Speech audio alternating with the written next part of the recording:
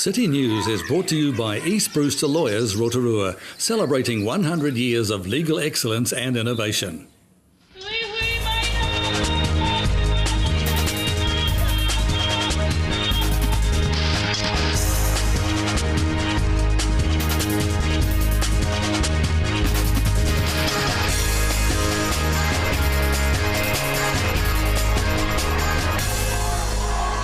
Good evening, Rotorua. Tonight on City News, Waiariki MP Te Rotorua Flavel has been named co-leader of the Maori Party. The Skyline Rotorua has been voted favourite North Island attraction, and the 33rd Rotorua Vintage Car Club held their annual swap meet over the weekend. Waiariki MP Te Rotorua Flavel has been named the new co-leader of the Maori Party. Mr Flavel, who replaces long-time co-leader Peter Sharple, said he was humbled and proud to be taking on the new role. Mr Flavel said he expected it to be business as usual in the Waiariki electorate and was pretty confident the office would continue to offer the same level of service. I'm really pleased to have got the title of co-leader of the Māori Party. It's going to be a lot of work. We had a great AGM on the weekend. And so the key part would be firstly just sitting down doing some planning and then start to implement that plan as we lead into the elections, which is some 18 months away. So a lot of work to be done and not a lot of time, and we've got to really strengthen up the branches and the electorates throughout the country because we've sort of had a bit of wane in interest, but now I think, and especially after the weekend, there's been a real sort of surge of energy. The key for us is to get organised a bit better. In the past we've suffered with not having enough people on the ground. And so when we run elections, it's always very hard. So the key, I think, is basically getting organised and making sure that we have infrastructure in place that can support a good election. And a part of that too is very much the whole notion of selecting the right candidates, because with the two personalities that we had, Tariana Turia and Peter Sharple's moving on, it is going to be about that look of projecting a younger face, I think, and a face that is going to be well known and who are strong personalities in Māori in the political sphere, I hope. So we've got a lot of work to do. Those would be the two key things, and probably the last one is the involvement of youth.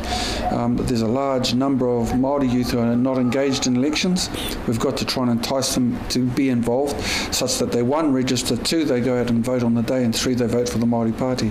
And we'll have a more in-depth conversation with Mr Flavel later in the week right here on City News. Skyline Rotorua has been awarded the title of Favourite North Island Attraction at this year's Grand Pacific Tours Supplier of the Year Awards, which recognise the best in New Zealand tourism. The popular Rotorua visitor attraction received the award after being voted the favourite North Island attraction by thousands of Grand Pacific Tours travellers who visited Skyline over the past summer season.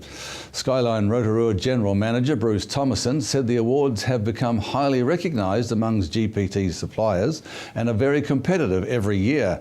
He said Skyline Rotorua is extremely proud to receive the award, which is even more significant as it came from the votes of thousands of happy GPT visitors.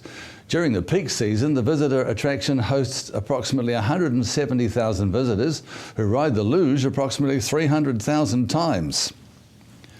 The 33rd Rotorua Vintage Car Club held their annual swap meet at Paradise Valley Speedway this weekend.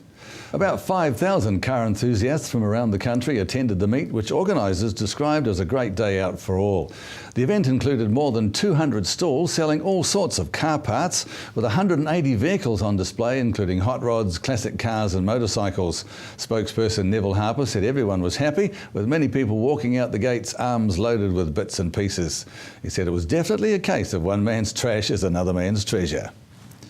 And in sport tonight, the Chiefs have ended the regular season with a hard-fought 26-16 victory over the neighbouring Blues outfit at Eden Park in Auckland. With the victory, the Chiefs returned to the top of the standings, but they were made to work hard against a 14-man Blues side. Both teams got off to a fast start as the opposing first fives Baden Kerr for the Blues and Aaron Cruden for the Chiefs traded penalties. Ill discipline appeared to be hurting the Chiefs, and a penalty right in front of the posts allowed the Blues to level the scores going into the half-time break. The Chiefs are guaranteed a week off from the first week playoffs with the win, but be sure to check chiefs.co.nz for further updates. To your weather now, Rotorua, tonight fine, gusty southerlies, an overnight low of 0, nice and cold again. For tomorrow, Tuesday, fine with morning frosts, a southerly breeze, a high of 11 and a low of -1. The outlook for Wednesday, cloudy periods, westerly breezes, a high of 12 and a low of 4.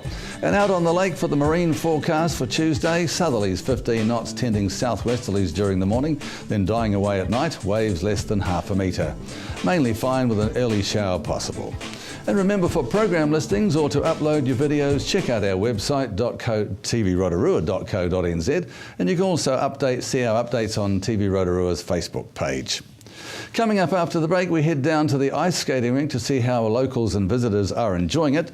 Alan Solomon meets with Keith Eichen and Minister of Maori Affairs Dr Peter Sharples.